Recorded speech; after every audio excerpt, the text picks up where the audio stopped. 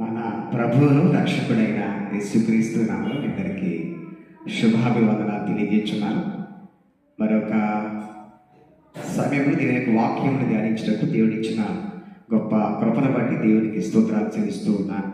ఈ సమయంలో వాక్యము చదువుకుందాం. సామెతల గ్రంథము 3వ అధ్యాయము మనం జ్ఞాపకం చేసుకుంటే 3వ అధ్యాయము 5వ వచనం చదువుకుందాం. నీ స్వబుద్ధిని ఆధారం చేసుకొనక నీ పూర్ణ హృదయంతో యెహోవా యందు నమ్మకం ఉంచుము. నీ ప్రవర్తన అంతటి యందు ఆయన అధికారమును ఒప్పుకొనుము. అప్పుడు ఆయన త్రోవలను సరళం చేయను. 5-6 వచనాలు చదివాను. అలాగే మరొక మాట చదువుకుంటే 11-12 వచనాలు. నా కుమారుడు యెహోవా శిక్షను తృణీకరింపవద్దు, ఆయన గద్దింపునకు విసుకవద్దు. తండ్రి తనకు ఇష్టడైన కుమారుని గద్దించు రీతిగా యెహోవా తాను ప్రేమించు వారిని గద్దించును అని వాక్యం రాయబడింది. ఇక్కడ మనం కొన్ని మాటలు చదువుకున్నాం కదా. నీ స్వబుద్ధిని ఆధారం చేసుకొనక నీ పూర్ణ హృదయంతో యెహోవా యందు నమ్మకించుము అని రాయబడింది.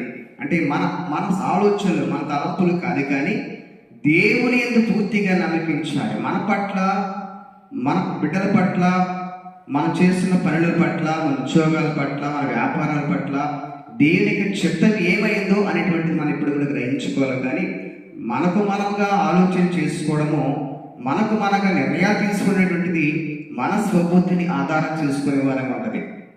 దేవుని మీద మనం ఆనుకుంటే దేవుడు మనల్ని ఈ లోకంలో ఏ విధంగా నడిపించాలో, ఈ లోకంలో ఏ విధంగా ఆయన పాత్రలుగా యజమానుడు వాడుకున్న అర్హమైన పాత్రలుగా ఏ విధంగా ఈ లోకంలో ఉండాలో మనల్ని నడిపించేవాడు ఆయన. అలాగే చూడండి, మన ప్రవర్తన అంతటి యందు ఆయన అధికారం ఒప్పుకోవాలి. పూర్తిగా టోటల్గా మన ప్రవర్తన దేవుని చేతిలో ఉండాలి, దేవుని స్వాధీనంలో ఉండాలి. మన ప్రవర్తన అంతటి యందు కూడా దేవుని అధికారం ఒప్పుకునే వారంగా ఉంటే కనుక అప్పుడు ఆయన మన త్రోవలను సరళం చేయను అని రాయబడింది. మన త్రోవలు, మనం వెళ్ళే మార్గాలలో ఎటువంటి ఆటంకాలు ఉన్నా సరే అవన్నీ కూడా తొలగించి తిన్నని మార్గములు, వెలుగు మార్గములో, దేవునికి ఇష్టమైన మార్గాల్లో మనం నడిపించేవాడుగా ఆయన చేస్తూ ఉంటాడు. అలాగే దేవుడు చూడండి, తండ్రి ఎవరిని శిక్షిస్తాడు? తండ్రి ఎవరిని గద్దిస్తాడంటే తాను ప్రేమించిన వాడిని గద్దిస్తాడు.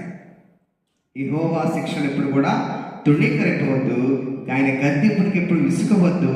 తండ్రి తనకి ఇష్టమైన కుమారుని గద్దించిన రీతిగా యెహోవా తాను ప్రేమించిన వారిని గద్దించును అని రాయబడింది. దేవుడు ఎవరైతే ఆయన ప్రేమిస్తున్నాడో, ఈ లోకంలో ఎవరైతే పిల్లలుగా, ఈ లోకంలో ఎవరైతే ఇష్టంగా జీవించి ఆశపడుతున్నాడో, ఆయన సాక్షులుగా బలపరచాలనుకుంటున్నాడో వారందరినీ కూడా గద్దిస్తాడు.